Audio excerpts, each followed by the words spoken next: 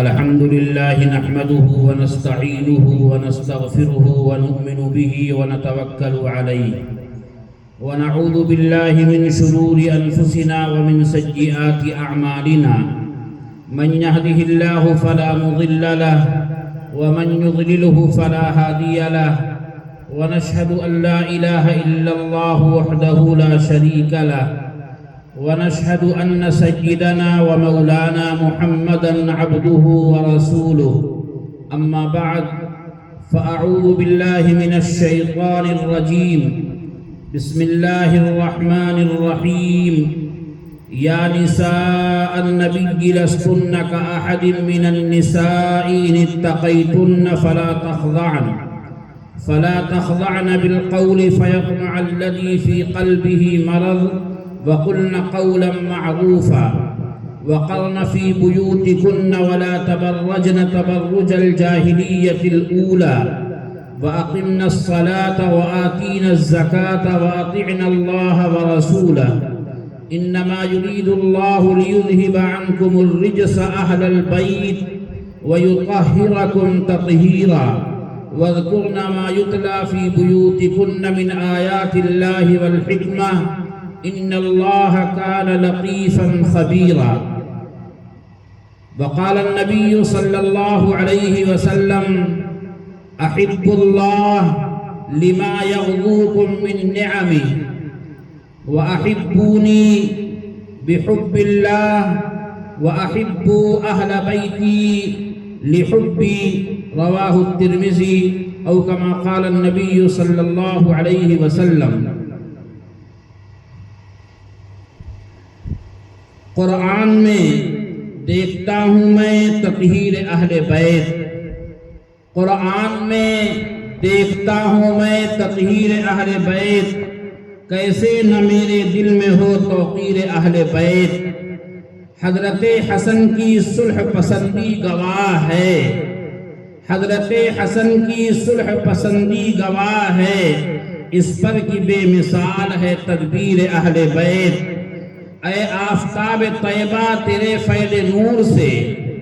اے آفتاب طیبہ تیرے فیض نور سے سارے جہاں میں پھیلی ہے تدبیر اہل بیت. اسٹیج پر رونق افروز حضرات علماء کرام، سامنے بیٹھے ہوئے انتہائی موقر قابل تکریم و تعظیم سامعین باتمکین، ملت اسلامیہ کے با غیرت با حمیت نوجوانان ملت، آپ کا یہ عظیم الشان اجلاس ہر سال 5 راتوں میں منعقد ہوتا ہے، جس میں مختلف علماء کرام، بہت سے اساتین علم آپ کے درمیان تشریف لاتے ہیں، اور حضرات صحابہ کرام رضوان اللہ علیہم اجمعین، اللہ کے نبی علیہ السلام کے تربیت یافتگان، اللہ اور امت کے درمیان واسطے کا کام کرنے والی مقدس و محترم جماعت کا تذکرہ مختلف انداز میں کیا جاتا ہے. در حقیقت اللہ تعالی نے ہمیں اور آپ کو ان پسندیدہ لوگوں میں شمار فرمایا ہے جو اہل سنت والجماعت کا وہ مقدس طبقہ ہے جس طبقے کو اللہ پاک نے حضرات صحابہ کرام کی غلامی عطا فرمائی ہے. قرآن مجید میں اللہ تعالی نے حضرات صحابہ کرام رضوان اللہ علیہم اجمعین کا مختلف انداز میں ذکر کیا. کہیں مہاجرین کا تذکرہ ہے، کہیں انصار کا تذکرہ ہے، اور بعد میں آنے والے ان حضرات کا ذکر کیا جاتا ہے جو لوگ ان سے تعلق رکھیں گے اور ان کے لیے اپنے دلوں میں جگہ رکھیں گے، یہی لوگ بعد میں آنے والے در حقیقت اہل سنت والجماعت کے افراد کہلائیں گے. قرآن مجید نے ایک موقع پر مال غنیمت کی تقسیم کا مسئلہ چھیڑا، وہاں سب سے پہلے مہاجرین کا ذکر کیا. للفقراء المهاجرين الذين اخرجوا من ديارهم واموالهم یبتغون فضلا من اللہ ورضوانا۔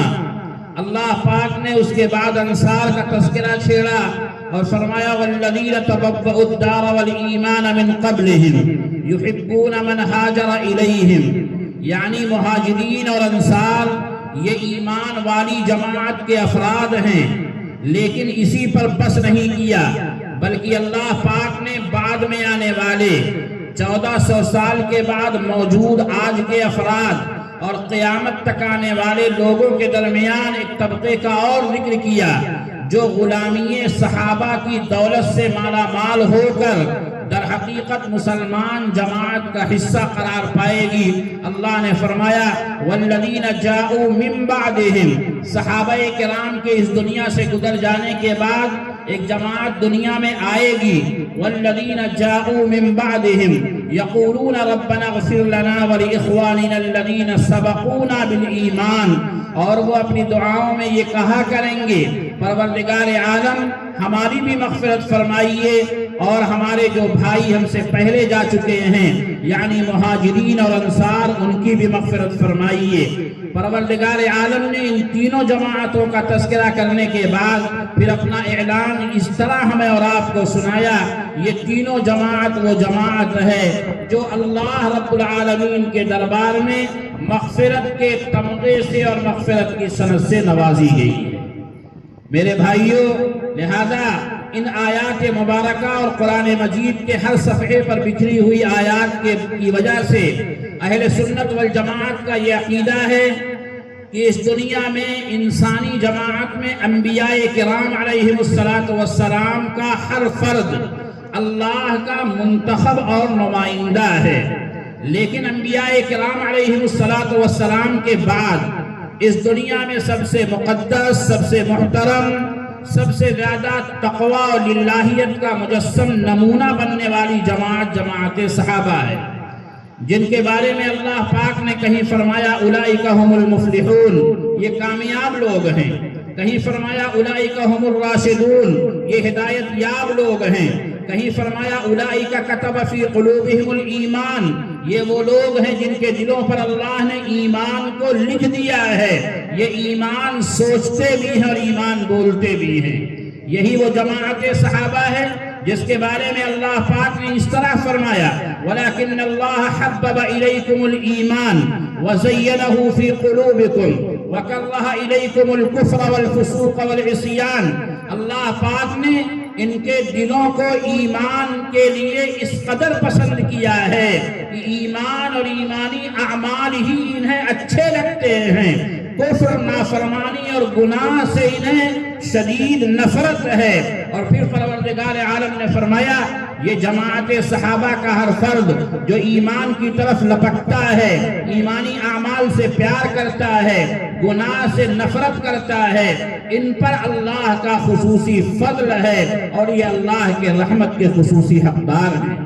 میرے بھائیوں اور بزرگوں، لہذا اہل سنت والجماعت کا یہ عقیدہ بنا کہ صحابہ کرام رضوان اللہ علیہم اجمعین کی جماعت کا ہر فرد جنتی ہے،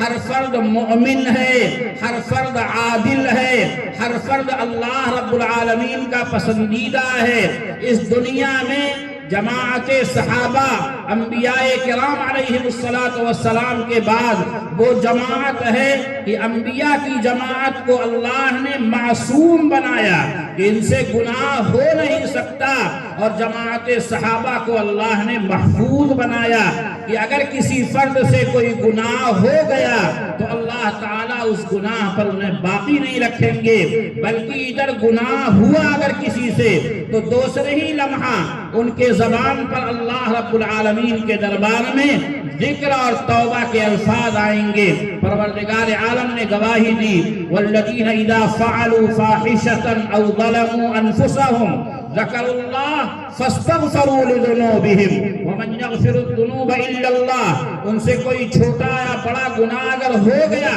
کسی صحابی سے تو پھر گناہ ہونے کے بعد نہ وہ اپنے کو لوگوں سے چھپاتا ہے اور نہ وہ اپنے گناہ پر پردہ ڈالتا ہے، بلکہ ذکر اللہ کو یاد کرنے لگتے ہیں اور اپنے گناہوں کی معافی مانگنے لگتے ہیں، اور یہ جانتے ہیں وَلَمْ یصروا علی ما فعلوا وهم یعلمون، کہ گناہ کو جاننے کے بعد وہ گناہوں پر کبھی اصرار اور ضد نہیں کرتے۔ لہذا اہل سنت والجماعت کا عقیدہ یہ بنا کہ اگر کسی صحابی سے کوئی گناہ کبھی ہوا بھی ہے تو پروردگار عالم نے فوراً توبہ کی توفیق عطا فرمائی ہے، اور کوئی صحابی جب دنیا سے جا رہا ہے تو اس کا اعمال نامہ اس طرح سے پاک صاف ہے جیسے اگر کوئی کپڑا ہے جس پر میل آ بھی گیا تھا تو اسے دھل دیا گیا، میل اور گندگی کو پاک کر دیا گیا اور یہ کپڑا بالکل پاک صاف بنا دیا گیا۔ انبیاء کی مثال نئے کپڑے کی طرح ہے، صحابہ کی مثال دھلے ہوئے کپڑے کی طرح ہے۔ اللہ کے حبیب جناب محمد عربی صلی اللہ علیہ وسلم کے فرامین اور قرآن مجید کی تعلیمات کے ذریعے ہمارا اور آپ کا یہ عقیدہ ہے کہ جس طرح کوئی بھی نبی اس دنیا میں آیا، بعد میں آنے والے سب لوگ مل کر اس نبی کا مقابلہ نہیں کر سکتے، ایسے ہی جو بھی صحابیت کے شرف سے مشرف ہو گیا، بعد میں آنے والے لوگ اس صحابی کا مقابلہ نہیں کر سکتے، چاہے ان کے سجدے زیادہ ہو جائیں، چاہے ان کی نمازیں زیادہ ہو جائیں، چاہے ان کے روزے زیادہ ہو جائیں، ذکر و اذکار میں بڑھ جائیں، لیکن صحابیت اور صحابی ہونا یہ ایسا شرف ہے کہ اس شرف کے حاصل ہو جانے کے بعد میں آنے والے تمام لوگوں کی عبادتیں یکجا کر دی جائیں، ایک جگہ جمع کر دی جائیں، پھر بھی کسی ایک صحابی کا مقابلہ نہیں کیا جا سکتا۔ یہ اہل سنت والجماعت کا متفقہ عقیدہ ہے۔ لہذا مجھے یہ بات کہنے دیں، جس طرح انبیاء کا مقابلہ بعد کے لوگ نہیں کر سکتے، ویسے ہی صحابہ کرام کا مقابلہ بعد کے لوگ نہیں کر سکتے، لیکن جس طرح انبیاء کی جماعت میں کسی کا مرتبہ بہت بلند ہے، کسی کا اس سے کم ہے، ایسے ہی جماعت صحابہ میں بھی حد بندی ہے۔ تمام صحابہ کرام کی مقدس جماعت یہ اللہ کے منتخب افراد ہیں، اللہ رب العالمین کی طرف سے چنیدہ لوگ ہیں۔ جس طرح اللہ نے انبیاء کا انتخاب فرمایا اور انبیاء کرام اللہ کے نمائندہ بنائے گئے، ایسے ہی صحابہ کرام کا بھی انتخاب ہوا اور صحابہ کرام میں سے ہر صحابی نمائندہ مصطفیٰ بنایا گیا ہے۔ میرے بھائیوں اور بزرگوں، صحابہ کرام میں سب سے مقدس اور محترم اور باعظمت اور برتبہ 4 صحابہ کرام ہیں جنہیں ہم خلفائے اربعہ کہتے ہیں اور خلفائے راشدین کہتے ہیں۔ ان میں بھی فرق مراتب ہیں، حضرت ابو بکر، حضرت عمر رضی اللہ تعالی عنہما، حضرت عثمان غنی اور حضرت علی مرتضی رضی اللہ تعالی عنہما، ان میں یہی ترتیب ہے۔ لگتی ہے یہی ترتیب بھلی، ابو بکر عمر اور عثمان و علی، ہے ترتیب خلافت بھی یہی، ہے ترتیب فضیلت بھی یہی، ابو بکر عمر اور عثمان و علی۔ ان 4 کے بعد امت کے درمیان یہ بات متفقہ ہے، اہل سنت والجماعت کے درمیان عشرہ مبشرہ کا مقام ہے، جس میں 4 خلفاء بھی ہیں، پھر اس کے بعد بدریین صحابہ ہیں، پھر اس کے بعد احد والے ہیں، پھر اس کے بعد بیعت رضوان والے ہیں، پھر اس کے بعد فتح مکہ والے ہیں، پھر اس کے بعد فتح مکہ کے بعد کے صحابہ کا مرتبہ ہے۔ لیکن ہر صحابی، چاہے وہ فتح مکہ سے پہلے کا ہو چاہے فتح مکہ کے بعد کا ہو، ہر صحابی جنتی ہے، اور جب ہر صحابی جنتی ہے، جنت میں جانے کے لیے ایمان ضروری ہے، لہذا ہر صحابی ایمان والا ہے اور کامل ایمان کے ساتھ دنیا سے گیا ہے۔ صحابہ کرام رضوان اللہ علیہ مجمعین میں ایک طبقہ وہ ہے جن کو ہم اور آپ اہل بیت کے نام سے یاد کرتے ہیں، جنہیں اہل بیت کہا جاتا ہے۔ آج ہمارے درمیان لوگوں کے ساتھ رہنے سہنے کی وجہ سے، بہت زیادہ کانوں میں ایک طرح کے بات پڑ جانے کی وجہ سے، جب اہل بیت کا لفظ بولا جاتا ہے تو دل کے اندر، ذہن و دماغ کے اندر چند مخصوص افراد آتے ہیں، یعنی اہل بیت بولنے کے بعد ذہن فوراً منتقل ہوتا ہے حضرت فاطمہ الزہرا رضی اللہ تعالی عنہا، حضرت علی مرتضی رضی اللہ تعالی عنہ، حضرت حسنین کریمین رضی اللہ تعالی عنہما کی طرف، یعنی حضرت فاطمہ اور حضرت علی اور ان کا گھرانہ یہ اہل بیت ہے۔ باقی ازواج مطہرات اللہ کے پیغمبر کی بیویاں، ان کی طرف اہل بیت بول کر نہ ذہن ہمارا منتقل ہوتا ہے، نہ اس طرح کی بات ہمارے اور آپ کے کانوں میں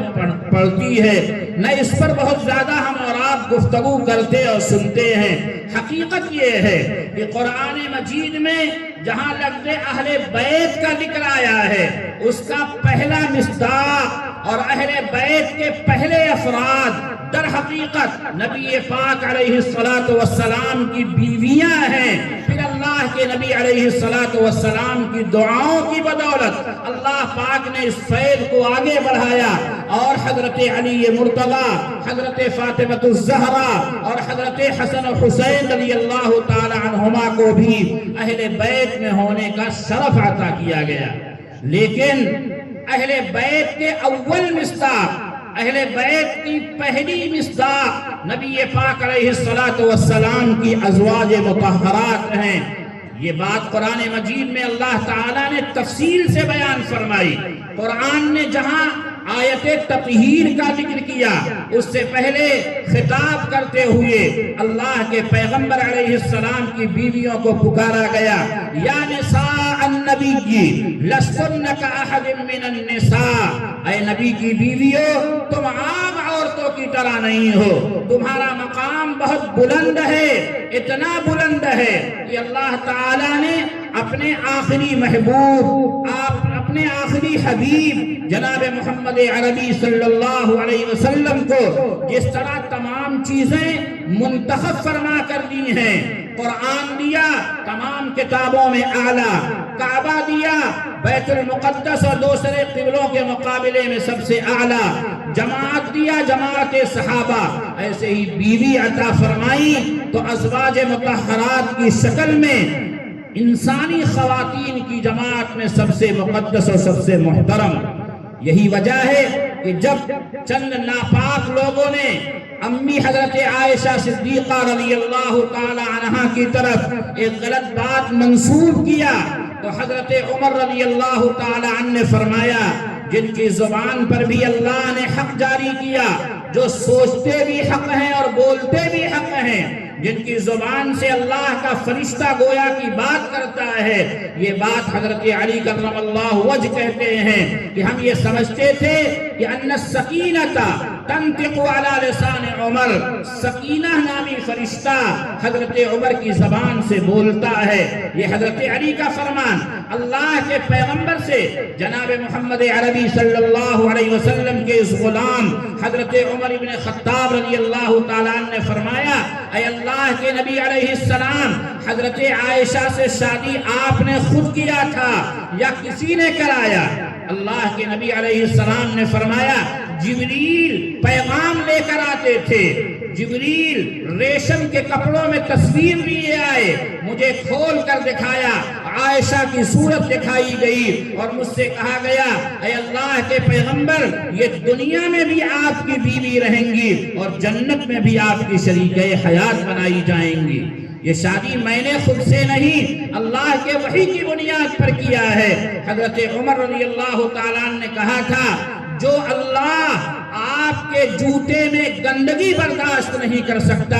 وہ اللہ آپ کے بستر پر گندی عورت بھی برداشت نہیں کرے گا۔ لہذا حضرت عائشہ صدیقہ طاہرہ مطہرہ ہیں۔ پھر قرآن مجید کی آیتیں اتاری گئیں اور حضرت عائشہ رضی اللہ تعالی عنہا کی پاک دامنی اور آپ کی براءت کا برملا اظہار اور اعلان کیا گیا۔ میرے بھائیوں اور بزرگوں، اللہ کے پیغمبر کی یہ بیویاں، قرآن کہتا ہے تمہارا مقام بہت بلند ہے، تم عام عورتوں کی طرح نہیں ہو۔ وَمَنْ يَقْنُتْ مِنْكُنَّ لِلَّهِ وَرَسُولِهِ وَتَعْمَلْ صَالِحًا نُؤْتِهَا أَجْرَهَا مَرَّتَيْنِ، اگر تم ایک نیکی کرو گی تم اللہ کے پیغمبر کی بیوی ہونے کی بنیاد پر تم بھی اللہ کو محبوب ہو، یہ محبوب کی محبوب ہوتی ہیں، لہذا اللہ تم سے بھی پیار کرتے ہیں، تم ایک نیکی کرو گی اللہ تمہیں دوہرا اجر عطا فرمائیں گے، اللہ تمہیں ہر نیکی پر دو اجر عطا کریں گے، تمہارا مقام بہت اونچا ہے، تم تقوی للہیت کے اعلیٰ مقام پر ہو، لہذا قرآن مجید نے کہا جس طرح اللہ نے مردوں کی رہبری اور رہنمائی کے لیے قیامت تک آنے والی انسانیت کی رہبری کے لیے مرد افراد میں سے جماعت صحابہ کے مردوں کو منتخب کیا ہے، ویسے ہی اللہ کے پیغمبر عورتوں کے بھی نبی ہیں، قیامت تک آنے والی عورتوں کی رہنمائی کے لیے ازواج مطہرات کا انتخاب ہوا ہے۔ تم گھروں میں کس طرح رہو گی؟ وَقَرْنَ فِي بُيُوتِكُنَّ، اپنے گھروں میں جم کر رہو اور گھروں میں رہ کر وَقَرْنَ فِي بُيُوتِكُنَّ وَلَا تَبَرَّجْنَ تَبَرُّجَ الْجَاهِلِيَّةِ الْأُولَى، زیادہ وقت گھروں میں گزرنا چاہیے، لیکن اگر ضرورت کی وجہ سے باہر نکلنا پڑے تو شرافت کے ساتھ، کرامت کے ساتھ، بناؤ سنگھار کے بغیر، اپنا حسن و جمال دکھائے بغیر، وَلَا تَبَرَّجْنَ تَبَرُّجَ الْجَاهِلِيَّةِ الْأُولَى، تم باہر نکلو اگر ضرورت پڑ جائے لیکن سادگی کے ساتھ، متانت کے ساتھ، وقار کے ساتھ، حسن و جمال کی نمائش کیے بغیر گھروں میں تمہیں رہنا ہے۔ اللہ کے پیغمبر کی یہ بیویاں گھر میں رہ کر کیا کریں گی؟ وَأَقِمْنَ الصَّلَاةَ، تمہیں نماز قائم کرانا ہے، امت کی خواتین کو نماز سکھانا ہے۔ وَأَقِمْنَ الصَّلَاةَ، مالی معاملات میں امت کی خواتین کی رہبری رہنمائی کرنا ہے، خود بھی زکوٰۃ دو، وَآتِينَ الزَّكَاةَ، اور زکوٰۃ کا نظام قائم کرو، وَأَطِعْنَ اللَّهَ وَرَسُولَهُ، اے نبی کی بیویوں تم ہر حال میں اللہ اور اس کے رسول کی اطاعت کرو اور اطاعت کا ماحول بناؤ۔ اللہ کے پیغمبر کی بیویوں سے چند باتیں اللہ پاک کی طرف سے کہی گئیں، گھروں میں جم کر رہو، تقوی پرہیزگاری کے ساتھ رہو، نمازوں کا قیام کرو، زکوٰۃ ادا کرو۔ نماز بدنی عبادت ہے، زکوٰۃ مالی عبادت ہے، گویا کہ ازواج مطہرات کی یہ ذمہ داری ہے، بدنی عبادت کی بھی اصلاح کرنا، مالی عبادت کی بھی اصلاح کرنا، بدن کا بھی صحیح استعمال ہو، مال کا بھی صحیح استعمال ہو، یہ تمہاری ذمہ داری ہے، گھروں میں رہ کر اس کی نگرانی کرو، امت کی عورتوں کی رہبری اور رہنمائی کرو۔ اللہ اس ذمہ داری کی وجہ سے تمہیں گناہوں سے، گندگیوں سے، ناپسندیدہ چیزوں سے پاک کرنا چاہتا ہے۔ انما یرید اللہ لیذھب عنکم الرجس اہل البیت، اے اللہ کے پیغمبر کی گھر والیوں، اے اللہ کے نبی کے گھرانے کے لوگوں، اللہ چاہتے ہیں کہ پروردگار عالم تمہارے اندر جو گندگی آ سکتی ہے اسے آنے نہ دے، پروردگار اسے تم سے دور کر دیں، وَيُطَهِّرَكُمْ تَطْهِيرًا، تمہارے اخلاق کو، تمہاری فکروں کو، تمہارے زبان کو، تمہارے کردار کو اللہ پاک گناہ سے اور ناپسندیدہ اعمال سے پاک کر دیں۔ لیکن قرآن مجید یہی نہیں رکا، آگے قرآن پھر کہتا ہے وَاذْكُرْنَ مَا يُتْلَى فِي بُيُوتِكُنَّ مِنْ آيَاتِ اللَّهِ وَالْحِكْمَةِ،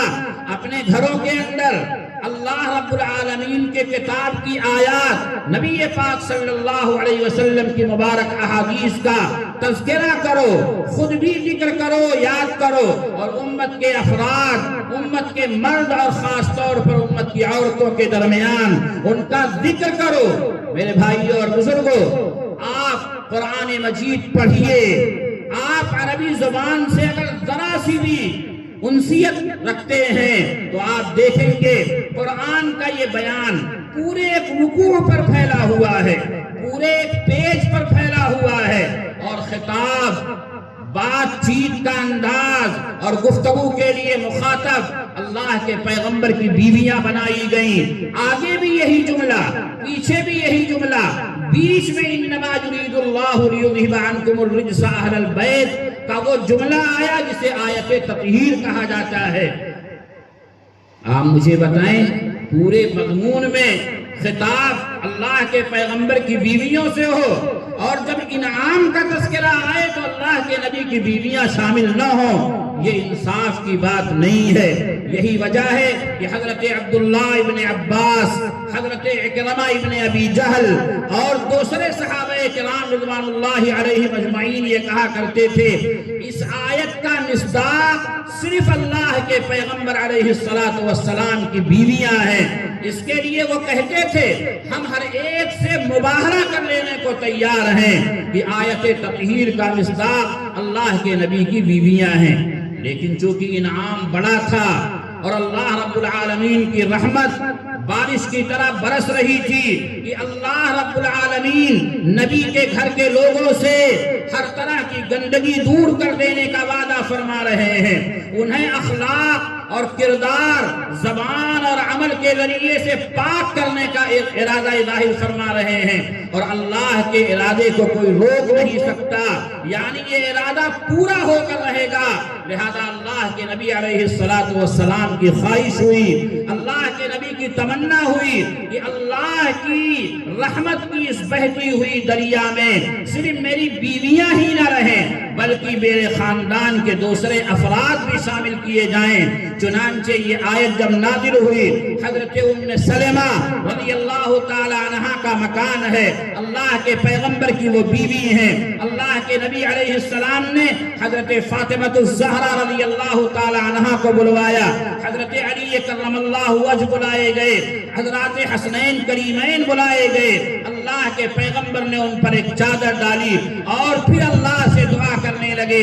اے اللہ آپ نے اہل بیت کے لیے جو پاکی کی کا وعدہ فرمایا ہے، آپ نے اہل بیت سے گندگی اور رجس اور اہل بیت سے ناپسندیدہ اعمال دور کرنے کا آپ نے جو ارادہ ظاہر کیا ہے اور آپ کا ارادہ پورا ہو کر رہے گا، یعنی آپ نے جن انعامات سے ازواج مطہرات کو نوازنے کا آپ نے فیصلہ کر لیا ہے، رب کریم ان کے ساتھ میرے ان اہل بیت اور میرے گھر کے لوگوں کو بھی اس میں شامل فرما لیجئے۔ یہی موقع تھا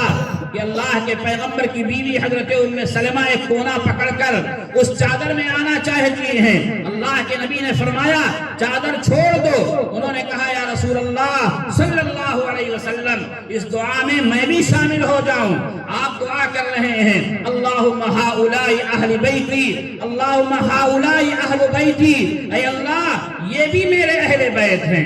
جو آپ نے وعدہ کیا ہے پروردگار اس وعدے میں انہیں بھی شامل فرمائیے، یہ بھی میرے گھرانے کے لوگ ہیں، اے اللہ انہیں بھی طہرہم تطہیرا، خوب پاک کر دیجئے۔ حضرت ام سلمہ نے یہ دعا سنی ہے، وہ جانتی تھی اللہ کے پیغمبر کی دعا کائنات کی تمام دولت سے زیادہ اہم ہے، وہ یہ جانتی تھی اللہ کے نبی علیہ السلام دعا کرتے کائنات کی حکومت و سلطنت سے زیادہ قیمتی ہے، یہ بات ہر صحابی جانتا ہے، یہ بات ہر صحابیہ کو معلوم ہے، یہ بات حضرات ازواج مطہرات جانتی ہیں، لہذا ام سلمہ آپ کی بیوی اندر آنا چاہتی ہیں، آپ نے فرمایا اے ام سلمہ انکی علی مکانک، تو تو اپنی جگہ پہلے ہی سے اہل بیت میں شامل ہے، انکی علی خیر، اس خیر میں تیرا شمار اللہ نے پہلے ہی کر لیا ہے، میں ان کے لیے دعا کر رہا ہوں، تجھے اس میں آنے کی ضرورت نہیں ہے، تجھے اللہ نے اہل بیت کا حصہ پہلے ہی بنایا۔ میرے بھائیوں اور بزرگوں، اللہ کے حبیب جناب محمد الرسول اللہ صلی اللہ علیہ وسلم نے اپنی بعض احادیث مبارکہ میں، آپ نے اپنے بعض اقوال میں ازواج مطہرات کو اہل بیت کا حصہ بنا کر امت کے درمیان پیش فرمایا ہے۔ چنانچہ اللہ رب العالمین کے پاک حبیب و محبوب جناب محمد عربی صلی اللہ علیہ وسلم نے ایک موقع پر فرمایا من سرہ ان یقتال بالمکیال الاوفا، جو آدمی یہ چاہتا ہے، جس آدمی کو یہ بات اچھی لگے اور جس کو اس بات سے خوشی حاصل ہو کہ اسے اعمال نامے نیکیوں سے بھر بھر کر دیے جائیں،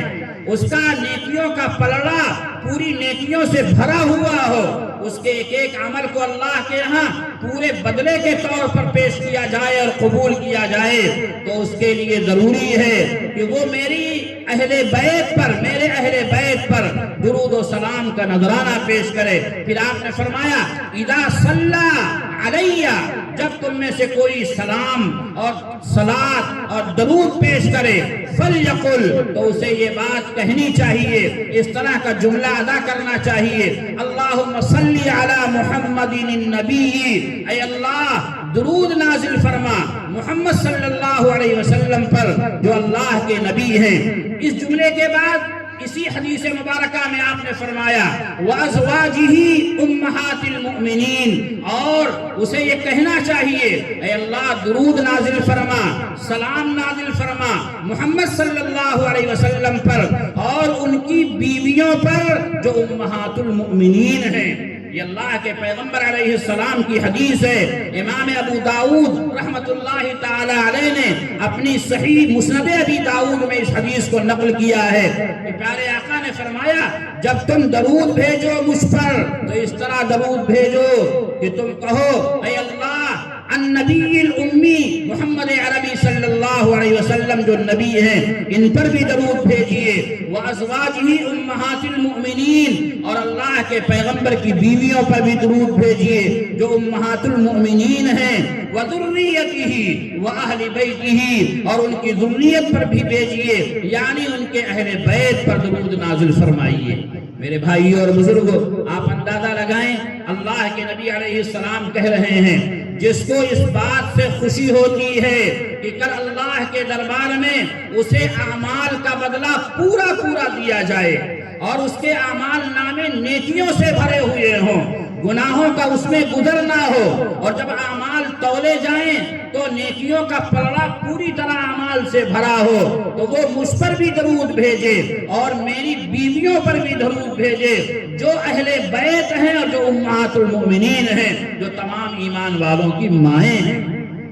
میرے بھائیوں اور بزرگوں، ہم سب جانتے ہیں ہمارے یہاں گھر والے اور گھر والیاں جب بولا جاتا ہے تو اس میں بیوی پہلے نمبر پر آتی ہے، اولاد اس کے بعد آتی ہے، اور یہ تعبیر اہل البیت کی یہ کوئی نئی تعبیر نہیں تھی۔ قرآن مجید نے حضرت ابراہیم علیہ السلام کی بیوی کو اس وقت اسی خطاب سے پکارا ہے جب حضرت ابراہیم علیہ السلام کے یہاں فرشتوں نے آ کر بیٹے کی بشارت کی ہے تو ان کی بیوی نے اتعجبین من امر اللہ رحمت اللہ وبرکاتہ علیکم اہل البیت، تعجب کیا تو فرشتوں نے یہ جملہ نقل کیا کہ آپ تعجب کرتی ہیں اللہ کے حکم پر؟ اللہ بیٹا دینا آئے بڑھاپے میں، اللہ بیٹا دینے کا فیصلہ کر لے کبر سینی میں اور بڑھاپے میں، تو یہ اللہ کے لیے کوئی بات مشکل نہیں ہے۔ اتعجبین من امر اللہ، اللہ کے فیصلے پر آپ کو تعجب ہو رہا ہے۔ السلام علیکم، آپ پر سلامتی ہو، آپ پر رحمت ہو، یا اہل البیت۔ بیوی حضرت سارہ سے قرآن اور قرآن کی زبان میں فرشتے بول رہے ہیں، وہاں بھی اہل البیت بول رہے ہیں۔ یہ اہل البیت مردوں کے لیے نہیں، خالی مردوں کے لیے نہیں، بلکہ سب سے پہلا مصداق اہل البیت کا بیوی ہے، جیسا کہ حضرت ابراہیم کی بیوی حضرت سارہ سے فرشتوں نے اہل البیت کا لفظ ذکر کیا ہے۔ اتعجبین من امر اللہ رحمت اللہ وبرکاتہ علیکم اہل البیت، علیکم اہل البیت، تم پر اللہ کی رحمت ہو، تم پر سلامتی ہو، اے گھر والو، اے گھر والی۔ یہ کس کے لیے کہا گیا؟ ایک بیوی حضرت سارہ کے لیے، اور اللہ کے پیغمبر کی تمام بیویوں کے لیے لفظ اہل البیت قرآن مجید نے سورہ احزاب میں استعمال کیا، یرید اللہ لیذھب عنکم الرجس اہل البیت۔ آج بھی ہمارے یہاں آپ سے کوئی کہے گھر والوں کے ساتھ آئیے، بیوی نہ ہو اور باقی تمام لوگ ہوں، تو وہ کہیں گے بھابھی نہیں آئیں، آپ کہیں گے ہاں ان کو بھی آنا تھا۔ ظاہر بات ہے جب گھر والوں کی دعوت تھی تو وہ کیوں نہیں رہیں گی؟ اولاد کا نمبر دوسرے پر آئے گا، اولاد کا نمبر دوسرے مقام پر آئے گا، گھر والوں میں بیوی پہلے داخل ہوگی۔ لہذا حضرت عکرمہ ابن ابی جہل، حضرت عبداللہ ابن عباس رضی اللہ تعالی عنہما اسی آیت کی بنیاد پر، یعنی یا نساء النبی لستن کاحد من النساء سے یہ جو پوری آیت جا رہی ہے، پورے ایک پیج اور پورے رکوع پر پھیلا ہوا یہ مضمون، انہی آیات کی بنیاد پر فرمایا نساء النبی صلی اللہ علیہ وسلم من اہل بیتہ، اللہ کے پیغمبر علیہ السلام کی بیویاں اللہ کے پیغمبر کی اہل بیت ہیں۔ چنانچہ علامہ ابن کثیر رحمت اللہ تعالی علیہ نے انہی آیات کے ذیل میں یہ جملہ نقل کیا ہے، ھذا نص فی دخول نساء النبی صلی اللہ علیہ وسلم فی اہل بیتہ۔ یہ آیت یعنی جو یہ آیتیں میں نے آپ کے سامنے پڑھی ہیں، ان آیات کے بارے میں مشہور امام علامہ ابن کثیر یہ کہتے ہیں ان آیات کی بنیاد پر اللہ کی یہ صراحت ہے کہ اللہ کے نبی علیہ السلام کی بیویاں اللہ کے پیغمبر کی اہل بیت ہیں۔ لہذا انصاف کی بات یہ ہے کہ اللہ کے پیغمبر علیہ السلام کی یہ 11 بیویاں، حضرت خدیجہ یہ اہل بیت ہیں، حضرت سودا اہل بیت ہیں، حضرت عائشہ اہل بیت ہیں، حضرت زینب بنت خزیمہ اہل بیت ہیں، حضرت زینب بنت جحش اہل بیت ہیں، حضرت میمونہ بنت حارث اہل بیت ہیں، حضرت ام سلمہ اہل بیت ہیں، حضرت حفصہ رضی اللہ تعالی عنہا اہل بیت ہیں، حضرت جویریہ اہل بیت ہیں، حضرت ماریہ اہل بیت ہیں، حضرت ام سلمہ اہل بیت ہیں۔ یہ اہل بیت وہ ہیں جن کو اہل بیت قرآن نے کہا ہے، یہ قرآنی اہل بیت ہیں، لیکن کسی کا انکار نہیں، اس لیے کہ جس طرح اللہ کے پیغمبر علیہ السلام کے تمام صحابہ آپ کی بیویاں ہمارے ایمان کا حصہ ہیں، اسی طرح اللہ کے پیغمبر علیہ السلام کی بیٹیاں، اللہ کے نبی کے داماد، آپ کے نواسے نواسیاں بھی ہمارے اور آپ کے ایمان کا حصہ ہیں۔ لیکن یہ کہا جائے گا یہ اہل بیت میں ضرور ہیں، لیکن ان کو اہل بیت میں شامل کیا ہے جناب نبی اکرم صلی اللہ علیہ وسلم کی دعاؤں نے، اور یہ بھی اہل بیت ہیں، لیکن یہ اہل بیت حدیث سے ثابت ہو رہے ہیں۔ اہل بیت اول درجے کی اللہ کے پیغمبر کی بیویاں ہیں، اہل بیت دوسرے درجے کی اللہ کے پیغمبر کی بیٹیاں اور داماد نواسے نواسیاں ہیں،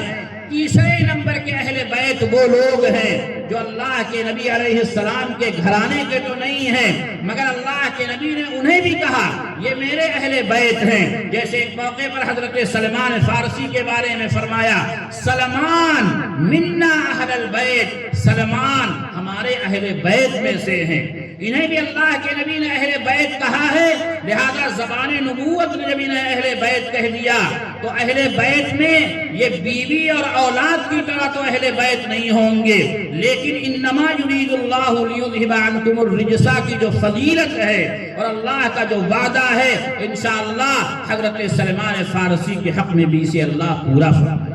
یہ بھی اہل بیت کا حصہ مانے جائیں گے۔ لیکن اہل بیت سے ازواج مطہرات کو نکال دینا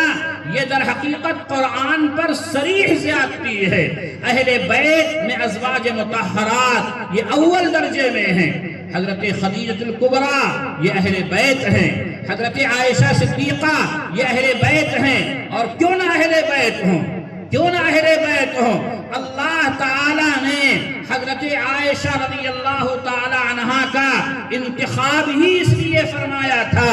تاکہ ان کے نئے ذہن کو اور ان کی نئی طبیعت کو اللہ کے پیغمبر کی صحبت عطا کی جائے، اور تربیت نبوت کی بنیاد پر علم و عمل کا انہیں ایسا جامع بنا دیا جائے کہ بعد میں آنے والے لوگوں کو جب کسی مسئلے میں اشکال ہو جائے،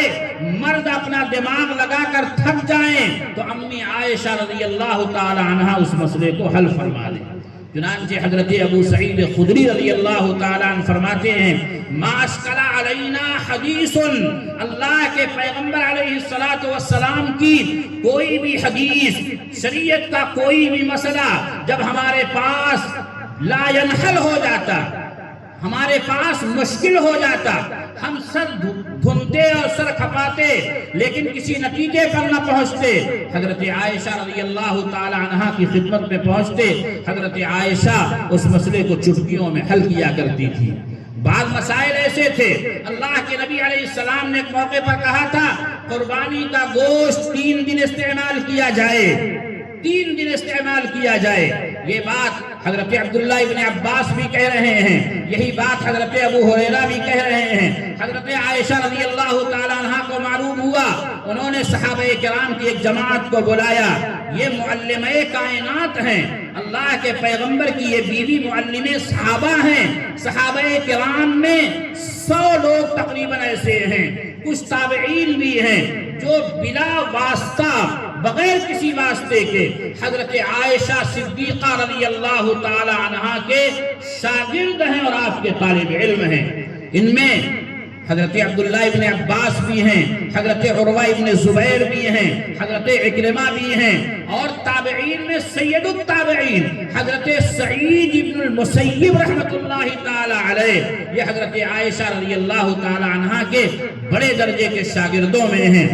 حضرت عائشہ کو معلوم ہوا کہ حضرت عبداللہ ابن عباس یہ مسئلہ بتا رہے ہیں کہ قربانی کا گوشت 3 دن سے زیادہ نہیں استعمال کیا جائے گا۔ کہنے لگی یہ حکم وجوبی نہیں ہے، یعنی 3 ہی دن میں ختم کرنا یہ فرض اور واجب نہیں ہے۔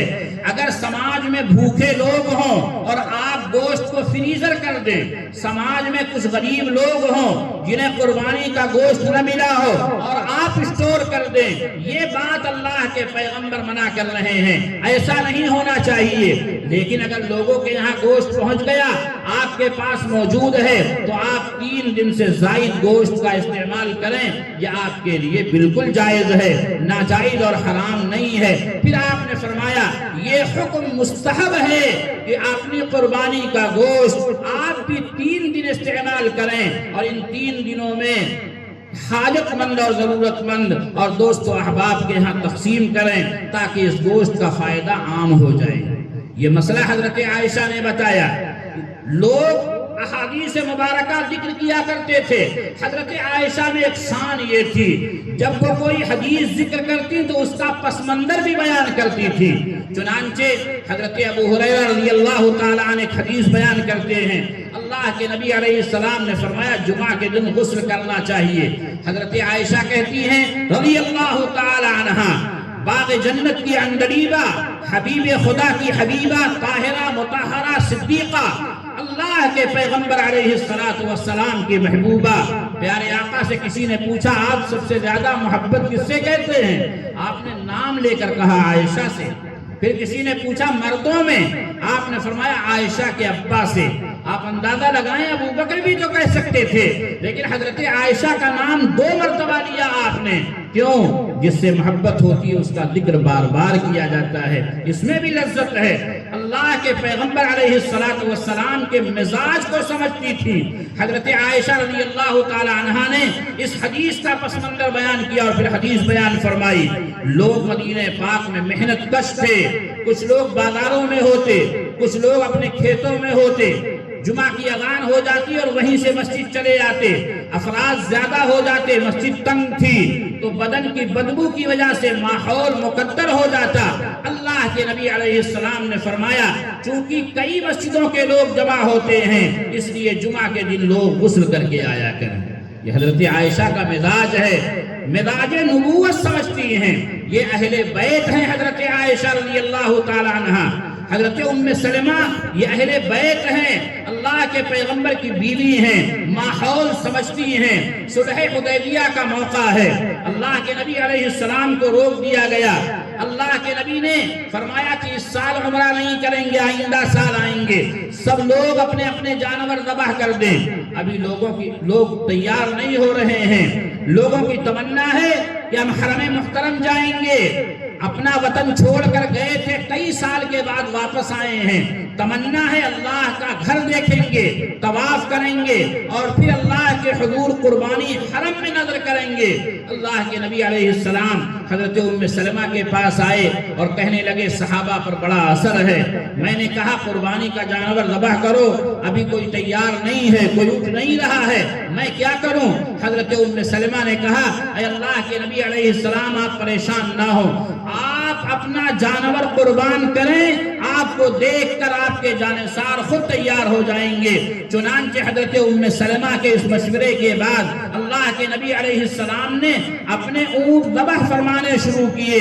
آپ کو صحابہ نے دیکھا تو ظاہر بات ہے وہ صحابہ جو اللہ کے پیغمبر کے اشاروں پر جان دیتے تھے، اللہ کے پیغمبر کے عمل کی اقتداء کیوں نہ کرتے؟ اللہ کے نبی نے جانور ذبح کیا، صحابہ کرام نے پھر اپنے جانور کو ذبح کرنا شروع کیا۔ یہ اللہ کے پیغمبر کی بیوی حضرت ام سلمہ ہیں، حضرت زینب ام المساکین ہیں۔ اللہ کے نبی نے تعلیم دی ہے جو آدمی اور جو مرد جو عورت غریب نادار بیوہ اور مسکین کے لیے کوشش کرتا ہے، کسی غریب کا چولہا جل جائے، کسی بیوہ عورت کے بچے پل جائیں، کسی یتیم کے سر پر چھت مل جائے، کسی یتیم کا بدن ڈھک جائے، وہ ایسا ہے جیسے دن بھر اللہ کے لیے روزہ رکھنے والا، رات بھر نفلیں پڑھنے والا اور اللہ کے راستے میں جہاد کرنے والا۔ اللہ کے پیغمبر علیہ السلام کی بیویوں نے سنا، ان کا ایک مزاج بن گیا، جو کچھ آیا ہے اسے وہ شام ہوتے ہوتے خرچ کر دیا۔ حضرت عروہ ابن زبیر رضی اللہ تعالیٰ عنہ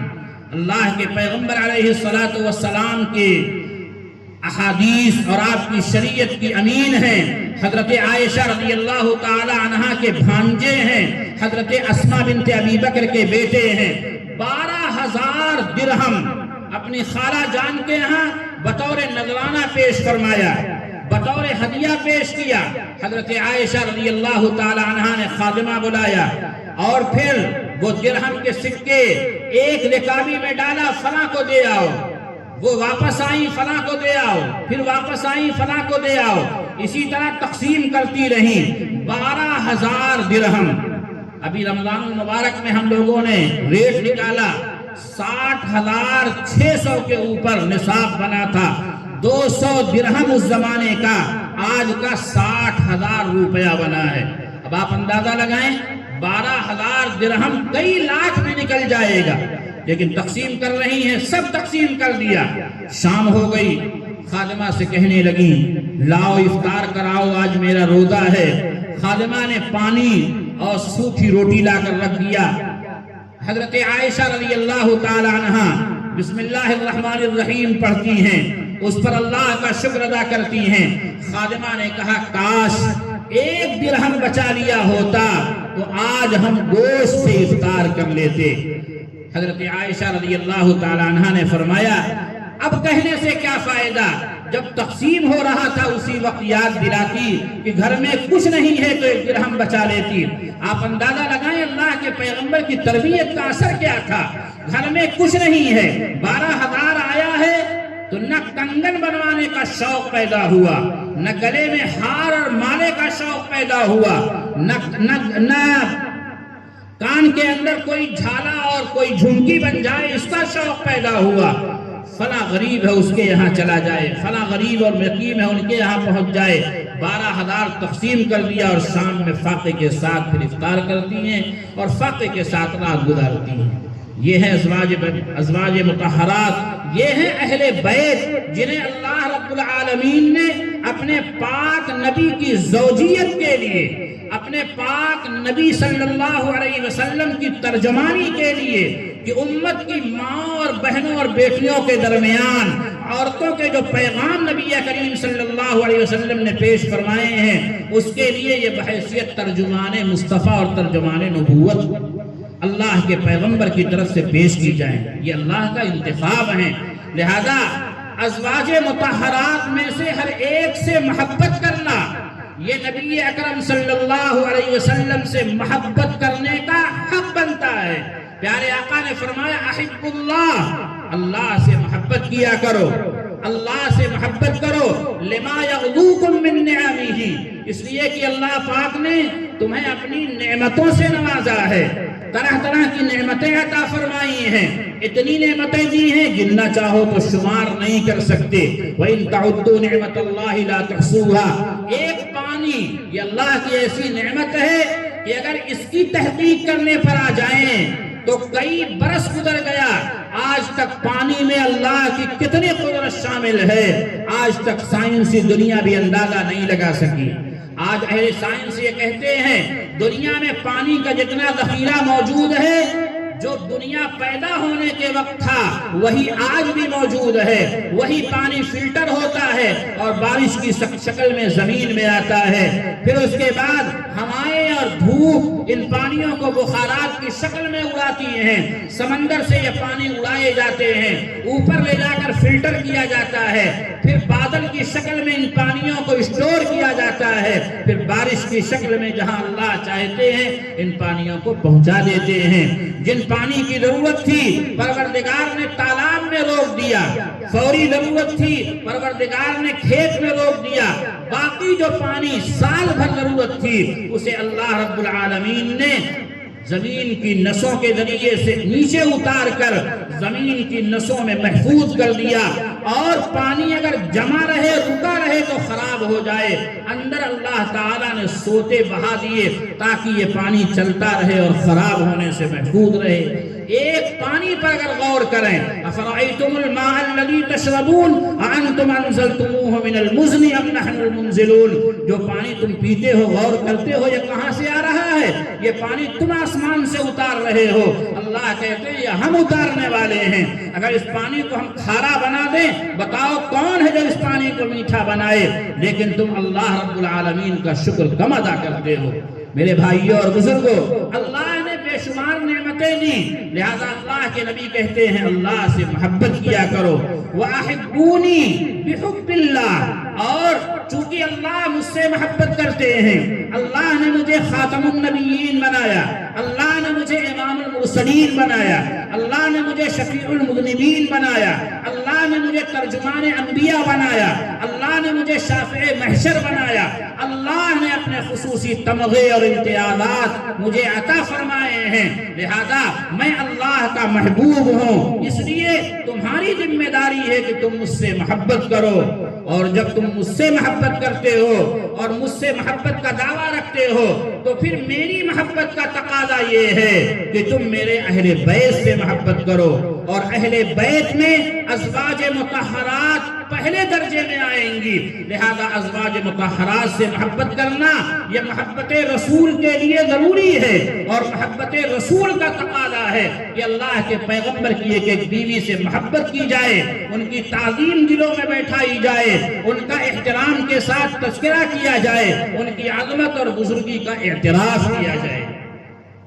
میرے بھائیوں اور بزرگوں، اللہ کے پیغمبر کی بیویاں ازواج مطہرات میں ہیں، ایسے ہی اللہ کے پیغمبر کے بیٹے یہ بھی اللہ کے نبی علیہ السلام کی بیویوں کی طرح اہل بیت کا حصہ ہیں۔ اللہ رب العالمین نے اپنے آخری نبی حضرت محمد صلی اللہ علیہ وسلم کو بیٹوں کی شکل میں 3 بیٹے عطا فرمائے۔ عبداللہ جن کا لقب طیب اور طاہر بھی ہے، قاسم جن کی بنیاد پر اللہ کے نبی علیہ السلام کی کنیت ابو القاسم ہے، اور تیسرے بیٹے جن کا نام حضرت ابراہیم ہے۔ یہ تینوں بیٹے اللہ کے پیغمبر علیہ السلام کی زندگی میں انتہائی چھوٹی عمر میں رجال اور مرد ہونے کی عمر پر میں پہنچنے سے پہلے اللہ تعالیٰ نے انہیں وفات دی اور اپنے پاس بلا لیا۔ اس میں بھی بے شمار حکمتیں ہیں، اس لیے کہ باپ اگر اولاد کو اپنے سے اچھا بنا دے یہ اولاد کا کمال ہے، یا کم سے کم باپ اپنی اولاد کو اپنے جیسا بنا لے یہ بھی اولاد کے لیے بہتر چیز ہوگی، لیکن باپ تو اعلیٰ درجے کا ہے، اس کی اولاد بگڑ جائے، باپ تو اعلیٰ صلاحیت کا ہے، اولاد میں کوئی صلاحیت پیدا نہ ہو، اس کا مطلب یہ ہوا باپ کی تربیت کے اثر میں کمی تھی، باپ اپنے بچوں کی تربیت نہ کر سکا۔ میرے بھائیوں اور بزرگوں، اللہ کے پیغمبر سے اونچا کوئی ہو نہیں سکتا۔ اس کائنات میں اللہ کے بعد اللہ کے نبی علیہ السلام کے برابر کوئی ہو نہیں سکتا۔ اللہ کے نبی کی اگر اولاد دنیا میں ہوتی، اگر اللہ کے پیغمبر سے اوپر چلی جاتی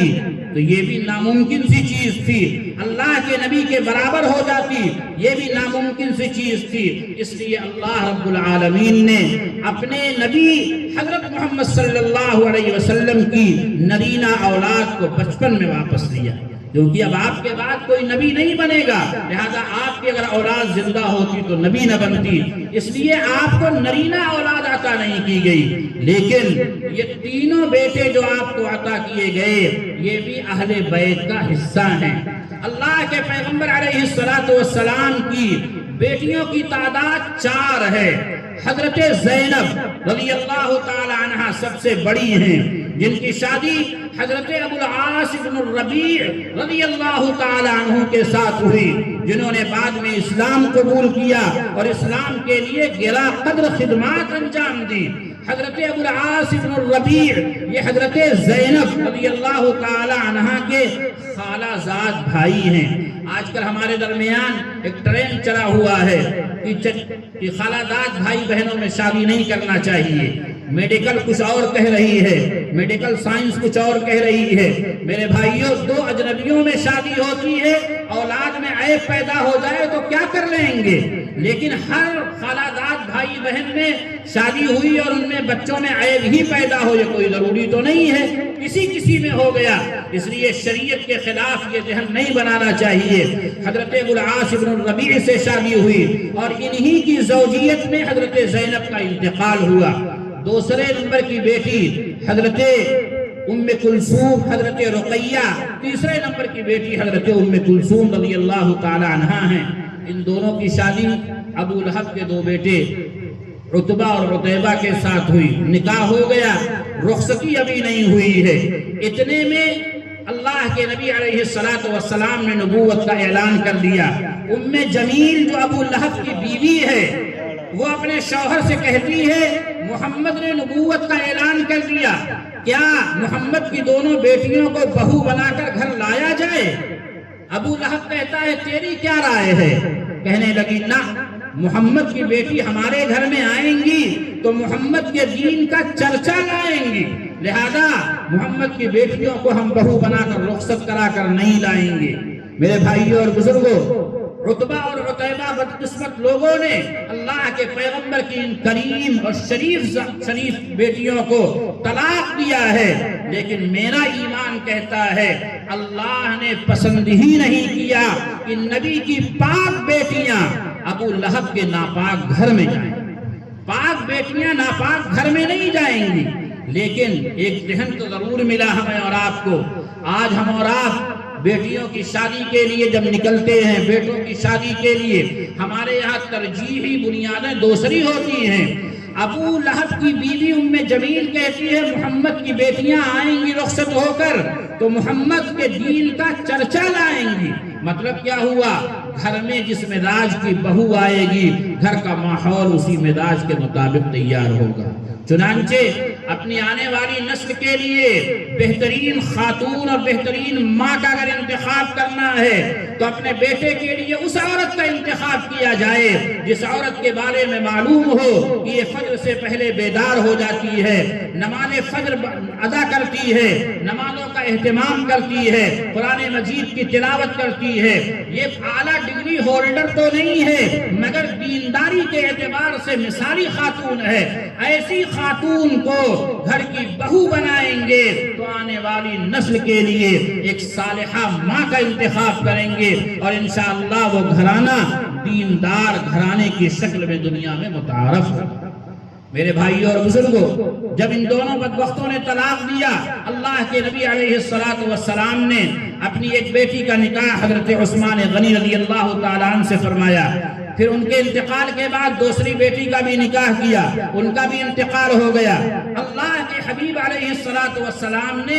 اپنے زبان مبارک سے فرمایا ان اللہ اوحا الی ان ازوج کریمتی من عثمان، اللہ نے مجھے وحی کی ہے کہ میں اپنی ان دونوں شریف زادیوں کا جب نکاح کا موقع آیا تو عثمان غنی کے ساتھ نکاح کروں۔ معلوم یہ ہوا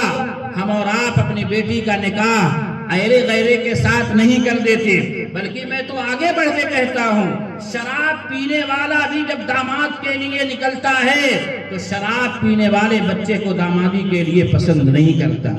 وہ بھی چاہتا ہے داماد وہ ہو جو شراب نہ پیتا ہو، بد کردار نہ ہو، بد اتوار نہ ہو۔ میرے بھائی اور بزرگوں، اللہ کے پیغمبر بھی بیٹی کے لیے جب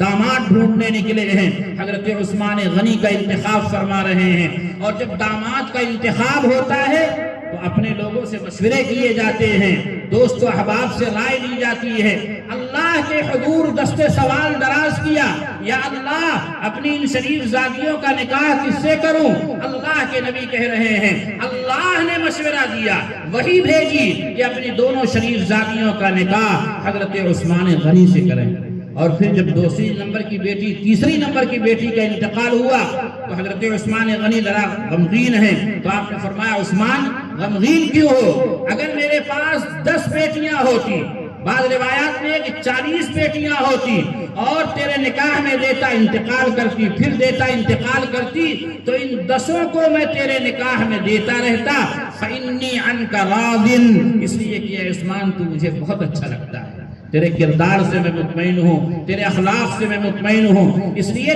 تمہیں میں اپنا داماد بناتا رہتا، چاہے مجھے تیرے نکاح میں اپنی 10 بیٹیاں دینا پڑتی۔ یہ حضرت رقیہ اور حضرت ام کلثوم یہ بھی اہل بیت میں ہیں۔ چوتھی بیٹی حضرت فاطمہ الزہرا رضی اللہ تعالی عنہا، یہ جو حدیث قصہ ہے یعنی چادر والی جو روایت بیان کی جاتی ہے، جس میں آپ نے حضرت فاطمہ، حضرت علی، حضرت حسین اور حضرت حسن اور حضرت حسین کو شامل فرمایا، چونکہ یہ آیت جب اتری ہے تو اس وقت حضرت زینب دنیا میں نہیں ہے،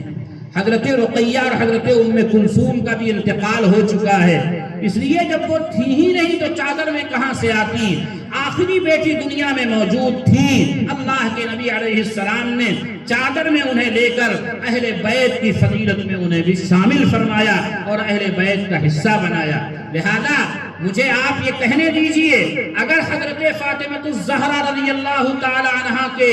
شوہر ہونے کی بنیاد پر حضرت علی کرم اللہ وجہ اہل بیت کا حصہ ہیں اور یقیناً حصہ ہیں، تو حضرت عثمان غنی اور حضرت ابو العاص بن الربیع رضی اللہ تعالی عنہما بھی اہل بیت کا حصہ ہیں۔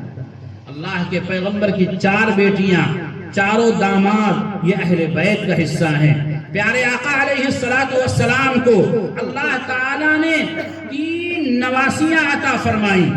2 بیٹی حضرت فاطمہ الزہرا سے ہیں، حضرت زینب بنت فاطمہ، حضرت زینب بنت علی رضی اللہ تعالی عنہما، جو کربلا والی حضرت زینب ہیں یہی ہیں جن کی شادی حضرت عبداللہ ابن جعفر طیار سے ہوئی تھی اور یہ کربلا تشریف لے گئیں۔ حضرت عبداللہ ابن جعفر طیار، ان کی بیٹی حضرت عبداللہ ابن جعفر کی بیٹی یعنی حضرت زینب کے شوہر کی پہلی بیوی سے بیٹی ہیں، وہ یزید کے نکاح میں دمشق میں موجود ہیں۔ جب حضرت زینب رضی اللہ تعالی عنہا میدان کربلا سے شام یعنی دمشق تشریف لے گئی ہیں تو یزید کی جو منکوحہ اور بیوی ہے وہ حضرت زینب رضی اللہ تعالی عنہا کے شوہر کی بیٹی تھی۔ یہی وجہ ہے کہ انہوں نے اپنی اماں جان کو، چاہے وہ سوتیلی ہی صحیح لیکن پیار تو ان کے یہاں تھا۔ یہ سب صحابیات ہیں، صحابہ کرام کی اولاد ہیں، دنیا والے ان کے درمیان دشمنیاں بیان کریں یہ ان کا اپنا ظرف ہے، مگر قرآن نے ان کی تصویر بتائی ہے اور جو ان کی صورت گری کی ہے وہ قرآن کا بیان یہ ہے رحماء بینہم، یہ آپس میں رحم دل تھے، ایک دوسرے کے دکھ درد میں شریک رہنے والے افراد تھے، ان کے درمیان دشمنیاں نہیں ہیں۔ بعد میں دشمنوں نے یہ افواہ اڑائی ہے ہم میں تم میں جدائی ہوگی، یہ افواہ تو کسی دشمن نے اڑائی ہوگی۔ قرآن اللہ کا کل بھی سچا تھا، آج بھی سچا ہے۔ لہذا جب حضرت زینب رضی اللہ تعالی عنہ، حضرت فاطمہ رضی اللہ تعالی عنہ کی بیٹی، حضرت علی کرم اللہ وجہ کی بیٹی حضرت زینب کربلا سے دمشق آئی ہیں یزید کے دربار میں، تو پھر وہ دمشق ہی رہ گئی ہیں، مدینہ پاک واپس نہیں گئی ہیں، اور یہی شام میں ان کا انتقال ہوا ہے۔ آپ اندازہ لگائیں،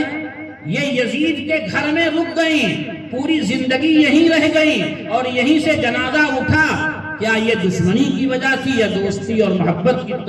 تقاضا تھا؟ میرے بھائیوں اور بزرگوں، میدان کربلا کا ایک واقعہ پیش آیا، یقیناً یہ بہت بڑا حادثہ اور واقعہ تھا، لیکن یہ اللہ کا فیصلہ تھا،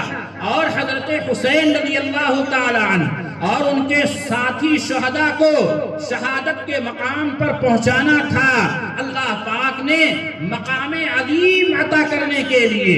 شہادت کے دروازے سے اور شہادت کی سوغات سے انہیں گزارا ہے، اور شہادت کا تمغہ عطا فرمایا ہے۔ کیوں؟ اہل سنت والجماعت کا عقیدہ ہے دنیا میں ہر آدمی کو مرنا ہے، اور جو بھی مرتا ہے وہ اپنی موت پر ہی مرتا ہے۔ یعنی ایسا نہیں گاڑی لے کے نہ گیا ہوتا تو روڈ ایکسیڈنٹ نہ ہوتا اور بچا رہتا، ایسا نہیں، گاڑی لے کے گیا، روڈ پر ایکسیڈنٹ ہوا اور وہ انتقال کر گیا، اگر گھر رہتا تب بھی اسی وقت مرتا، کوئی اور وجہ بنتی؟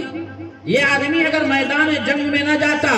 اس کو گولی نہ لگتی، تلوار نہ لگتی، یہ نہ مرتا، شہید نہ ہوتا، بلکہ زندہ رہتا، یہ مسلمان کا عقیدہ نہیں ہے، یہ اہل سنت والجماعت کا عقیدہ نہیں ہے۔ شہید بھی اپنے وقت پر ہی مرتا ہے،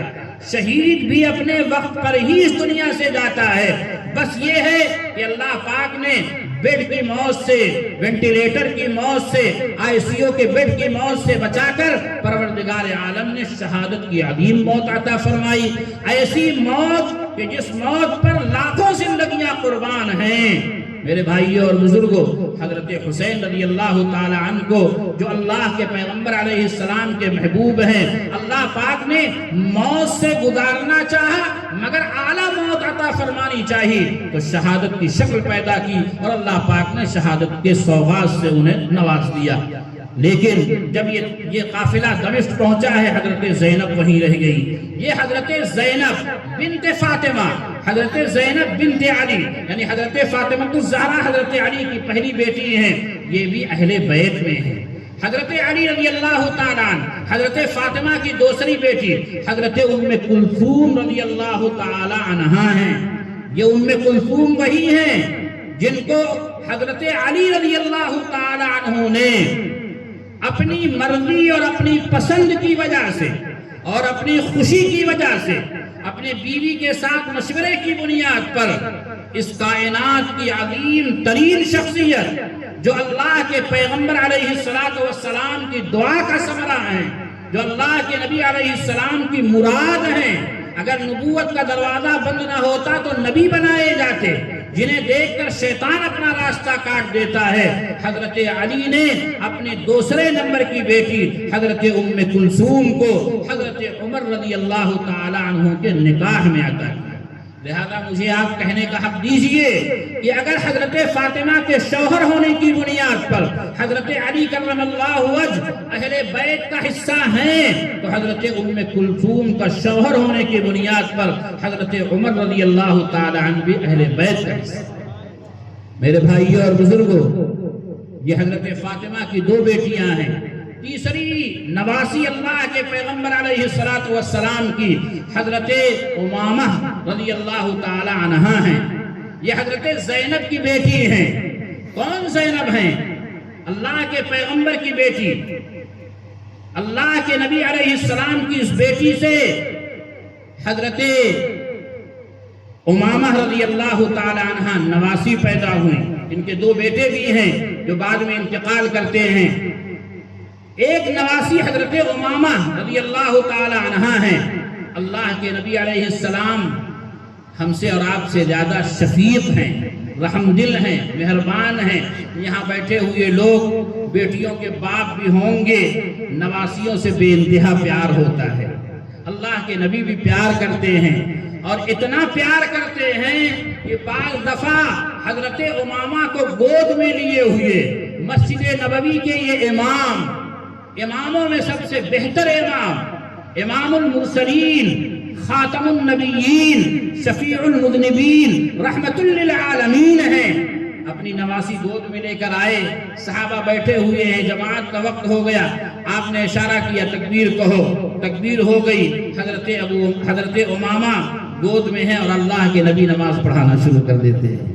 حضرت امامہ گود میں ہیں، آپ کھڑے ہوئے نماز پڑھا رہے ہیں، رکوع میں گئے گود میں ہیں حضرت امامہ، سجدے میں گئے رکھ دیا، پھر سجدہ کیا اور اٹھنے لگے، پھر حضرت امامہ کو گود میں لے لیا، اس طرح گود میں لیے پوری نماز پڑھا دیا اللہ کے نبی علیہ السلام نے۔ اور یہ موقع کئی مرتبہ آیا، آپ نے یہ سنا ہوگا، پیارے آقا نماز میں گئے ہیں، سجدہ کیا ہے، حضرت حسنین کریمین میں سے کوئی آیا اور اوپر سوار ہو گئے، آپ نے سجدہ لمبا کر دیا، اللہ کے نبی علیہ السلام حضرت زینب رضی اللہ تعالیٰ عنہ کی بیٹی حضرت امامہ کو گود میں لے کر پوری نماز پڑھا رہے ہیں۔ کیا یہ محبت نہیں ہے؟ اگر اللہ کے پیغمبر علیہ السلام کے نواسے حضرت حسن اور حضرت حسین اہل بیت کا حصہ ہیں تو حضرت امامہ بھی اہل بیت کا حصہ ہیں۔ میرے بھائیوں اور بزرگوں، جب حضرت فاطمہ رضی اللہ تعالیٰ عنہ کا انتقال ہوا تو حضرت فاطمہ رضی اللہ تعالیٰ عنہ نے حضرت علی کرم اللہ وجہ سے فرمایا،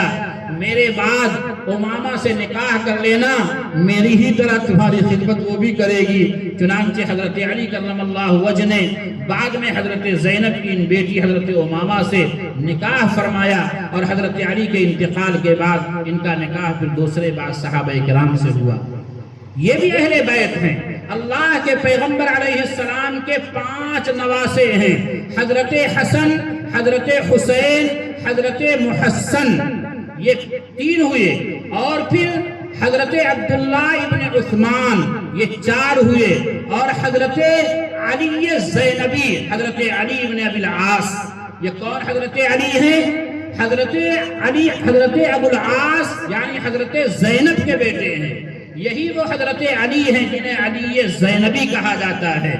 اور یہی وہ حضرت علی ہیں جب اللہ کے نبی علیہ السلام نے مکہ المکرمہ فتح کیا ہے تو آپ کے اونٹنی پر آپ کے پیچھے بیٹھ کر ردیف رسول اللہ کا جو شرف پایا ہے، یہ وہی حضرت علی کرم اللہ وجہ ہیں۔ بھائی لوگوں نے کہیں کا روڑا کہیں کی اینٹ جوڑ دیے ادھر سے ادھر، نہیں، یہ حضرت علی زینبی ہیں جو اللہ کے پیغمبر کے پیچھے بیٹھے ہوئے ہیں، اور یہی وہ حضرت علی ہیں جنہیں اللہ کے نبی علیہ السلام نے اپنے کندھے پر کھڑا کیا ہے، اور خانہ کعبہ میں رکھے ہوئے بتوں کو یہی حضرت علی کرم اللہ وجہ نے نیچے گرایا ہے۔ میرے بھائیوں اور بزرگوں، حضرت حسن بھی اہل بیت میں ہیں، حضرت حسین حضرت محسن بھی اہل بیت میں ہیں، حضرت عبداللہ ابن عثمان بھی اہل بیت میں ہیں، حضرت علی ابن زینب، حضرت علی ابن ابی العاص، یہ بھی اہل بیت کا حصہ ہیں۔ اللہ کے پیغمبر کو اللہ نے 3 بیٹے، 4 بیٹیاں، 5 نواسے اور 3 نواسیاں عطا فرمایا تھا۔ یہ سب کے سب اہل بیت کا حصہ ہیں، لہذا اہل بیت کا، اہل سنت والجماعت کے ہاں جو مصداق ہیں وہ اللہ کے پیغمبر کی بیویاں بھی ہیں، اللہ کے پیغمبر کی بیٹیاں بھی ہیں، اللہ کے پیغمبر کی اولادیں بھی ہیں، اللہ کے پیغمبر کے نواسے بھی ہیں، نواسیاں بھی ہیں۔ لیکن مجھے آپ یہ بات کہنے دیں، قرآن میں جس اہل بیت کا ذکر آیا اس کا پہلا مصداق ازواج مطہرات ہیں۔ پھر اس کے بعد نبی اکرم صلی اللہ علیہ وسلم نے دعا کر کے اللہ پاک سے اہل بیت کے اس انعام کو اور وسیع کروایا اور اپنے اولاد کو بھی اس اہل بیت کا حصہ بنا دیا، اور ہم یہ کہتے ہیں اہل بیت کا حصہ ازواج مطہرات بھی ہیں، حضرت علی بھی ہیں، حضرت فاطمہ بھی ہیں، حضرت حسن بھی ہیں، حضرت حسین بھی ہیں، حضرت زینب بھی ہیں، حضرت رقیہ بھی ہیں، حضرت ام کلثوم بھی ہیں، حضرت عبداللہ بھی ہیں، حضرت طیب و طاہر جن کا لقب ہے وہ بھی ہیں، حضرت قاسم بھی ہیں، حضرت ابراہیم بھی ہیں، اللہ کے پیغمبر کی نواسیاں بھی ہیں، اللہ کے پیغمبر کے نواسے بھی ہیں۔ ہم اہل سنت والجماعت کی ذمہ داریوں میں سے ایک بڑی ذمہ داری ہے۔ نبی پاک علیہ السلام نے فرمایا ادبوا اولادکم علی ثلاث خصال، اپنے بچوں کو 3 عادتوں کا عادی بناؤ، اپنی اولاد میں 3 عادتیں پیدا کرو۔ حب نبیکم، اپنے نبی کی محبت پیدا کرو، اپنے نبی کی آن پر قربان ہونے کا جذبہ پیدا کرو۔ ہاں اپنے نبی کی شان پر قربان ہونے کے لیے، اپنا مال و دولت لٹانے کے لیے مزاج بناؤ۔ حب نبیکم پہلی بات، وحب اہل بیتہ، اور اللہ کے پیغمبر کے اہل بیت کی محبت پیدا کرو، اپنی اولاد میں اہل بیت کی محبت پیدا کرو۔ پھر میں کہوں گا یہ جو زہر ہمارے اور آپ کے ذہن و دماغ میں پلا دیا گیا، صحابہ الگ ہیں اہل بیت الگ ہیں، یہ غلط بات ہے۔ اہل بیت یہ اللہ کے پیغمبر کی بیویاں بھی ہیں، اہل بیت آپ کی اولاد بھی ہیں، اہل بیت آپ کے داماد بھی ہیں، اہل بیت آپ کے نواسے اور نواسیاں ہیں۔ جب اہل بیت بولا جائے گا اللہ کے پیغمبر کا یہ پورا کنبہ مراد ہوگا۔ لیکن اللہ کے نبی علیہ السلام نے فرمایا میرے بعد میں آنے والے امتیوں، ان کے درمیان تم تضاد اور دشمنیاں خیال نہ کرنا، یہ دونوں ایک دوسرے کے لیے ضروری ہیں۔ چنانچہ حضرت ابو ذر رضی اللہ تعالیٰ عنہ سے ایک روایت ہے، اللہ کے نبی علیہ السلام نے فرمایا تمہارے درمیان میرے اہل بیت کی مثال، پھر بار بار کہہ رہا ہوں، اہل بیت وہ نہیں جو ہمارے بڑے شین بھائی بولتے ہیں، اہل بیت وہ جو اہل سنت والجماعت کے افراد بولتے ہیں۔ اہل بیت تمہارے درمیان ایسے ہیں جیسے حضرت نوح علیہ السلام کی کشتی، من رکبا نجا ومن تخلف عنہا ہلکا، جو سوار ہو گیا وہ نجات پا گیا، جو کشتی سے پیچھے رہ گیا وہ ہلاک و برباد ہو گیا۔ ایسے ہی اگر تمہارے دل میں میرے اہل بیت کے لیے محبت نہیں ہوگی تو پھر یقیناً تم ہلاک و برباد ہو جاؤ گے۔ میرا ایک جملہ یاد رکھیے، اہل بیت یہ اللہ رب العالمین کی نگاہ میں ہمارے اور آپ کے لیے ایسے ہیں جیسے سفینہ نوح اور کشتی نوح ہے۔ اب دوسری طرف آئیے، صحابہ کرام رضوان اللہ علیہم اجمعین آسمان ہدایت کے ستارے ہیں، اصحابی کالنجوم، میرے صحابہ ستاروں کی طرح ہیں، میرے صحابہ ستاروں کی مانند ہیں۔ اس پر اگر تھوڑی دیر گفتگو کروں تو میں آپ سے کہوں گا لکھنؤ سے چلتے ہوئے جگہ جگہ بورڈ نظر آیا محمود آباد اس طرف ہے، اتنا کلومیٹر باقی ہے، وہ زمین کے بورڈ تھے۔ بعض بورڈ کو آپ دیکھیں گے لڑکے شرارت کر دیتے ہیں، محمود آباد میں دال کو اڑا دیا، کہیں میم کو اڑا دیا، کہیں ہاں کو اڑا دیا، جہاں ہاتھ پہنچ سکا وہاں سے حرف اڑا دیے گئے، نام کچھ کا کچھ ہو گیا۔ اے اللہ کے حبیب، آپ اپنے صحابہ کی عظمت اور اہمیت کو بیان کرنے کے لیے انہیں آسمان ہدایت کا ستارہ کیوں کہہ رہے ہیں؟ گنبد خضرا سے آواز آئے گی، کان کھولیے دل کے، اللہ کے نبی کہیں گے جس طرح آسمان کے بلندیوں پر چمکنے والے ستارے لاکھوں برس سے چمک رہے ہیں اور ان کی تابانی میں کوئی فرق نہیں پڑا، ایسے ہی میرے صحابہ اس دنیا میں کروڑہ کروڑ سال، اس دنیا کے بعد حشر کے میدان میں، حشر کے بعد جنت میں لوگوں کے درمیان ذکر میں آئیں گے مگر ان کی تابانی میں کبھی فرق نہیں پڑے گا۔ جس طرح اللہ اکبر، اللہ اکبر، اللہ کے نبی علیہ السلام جوامع الکلم ہیں، بات مختصر سی کہتے ہیں، اس میں سمندر پیویا جاتا ہے اور گاگر میں ساگر اڈیل دیتے ہیں۔ آسمان پر چمکنے والے ستاروں سے بلندیاں نہیں چھینی جا سکتی، جس طرح چمک نہیں مات پڑ سکتی ویسے ہی صحابہ سے عظمت کی بلندیاں نہیں چھینی جائیں گی۔ کوئی اگر ان کی طرف تھوکے گا یہ تھوک اس پر پڑے گا، ان ستاروں پر کوئی تھوکنا چاہے گا اللہ اسے غارت و رسوا کرے گا اور پروردگار عالم ذلیل و خوار کر دے گا۔ 10 سال پہلے تک ہر آنکھ کی تارہ سمجھے جانے والے افراد جب انہوں نے صحابہ کرام پر انگشت نمائی کی اور صحابہ کرام کے سلسلے میں بدزبانی کی، آج ہر مجلس سے دھتکار دیے گئے اور آج اللہ رب العالمین نے دنیا کے چھوٹے چھوٹے بچوں کی نگاہوں میں ذلیل و رسوا بنایا۔ صرف یہی نہیں، ان کے ساتھ اگر کوئی بیٹھ کر سیلفی لے لے یا تصویر کھنچوا لے تو پھر اس کی بھی خیر نہیں رہ جاتی. لوگ اتنی درگت بناتے ہیں کہ اس کی توبہ کیے بغیر فرصت نہیں رہتے.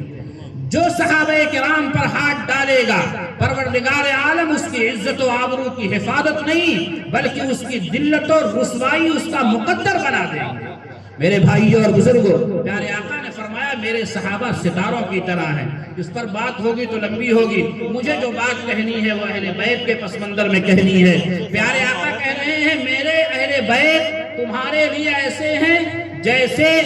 حضرت نوح کی کشتی. مطلب کیا ہوا؟ یہ دنیا ہے، اس میں غلط افکار بھی ہوں گے، غلط نظریات بھی ہوں گے، باطل خیالات بھی ہوں گے، برے عقیدے بھی ہوں گے، غلط پرچار کیے جائیں گے. یہ سب ایسے ہیں جیسے سیلاب میں بہتا ہوا پانی ہے. ان سے بچنے کے لیے میرے اہل بیت کی عقیدت و محبت کو اپنانا پڑے گا. ان کا اکرام اور اعزاز اور ان پر ایمان اور محبت کو لازمی پکڑنا پڑے گا. یہ سفینہ نوح کی طرح ہیں. ان سے چمٹو گے تو ایسے ہو جیسے سفینہ نوح سے لگے ہو. لیکن یاد رکھیں اندھیری رات میں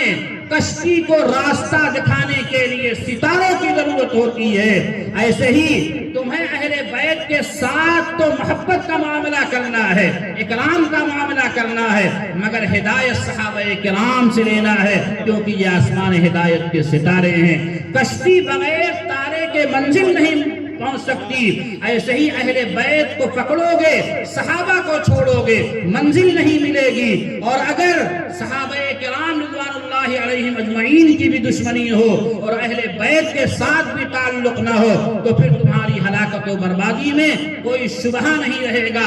آج دنیا میں دو طرح کے لوگ سامنے آئے. بعض وہ لوگ ہیں جو اہل بیت کی کشتی میں بیٹھے ہی نہیں، جنہیں خوارج کہا جاتا ہے، جنہوں نے حضرت علی کو کافر کہا، جنہوں نے حضرت فاطمہ الزہرا، حضرت حسن و حسین رضی اللہ تعالیٰ عنہ کی دشمنی کو اپنا مذہب بنایا. انہیں خوارج کہا جاتا ہے، انہیں اسلام سے باہر کہا جاتا ہے. ایک فرقہ ہے جس کو تمام علماء نے پڑھا ہے، خوارج ایک فرقہ ہے.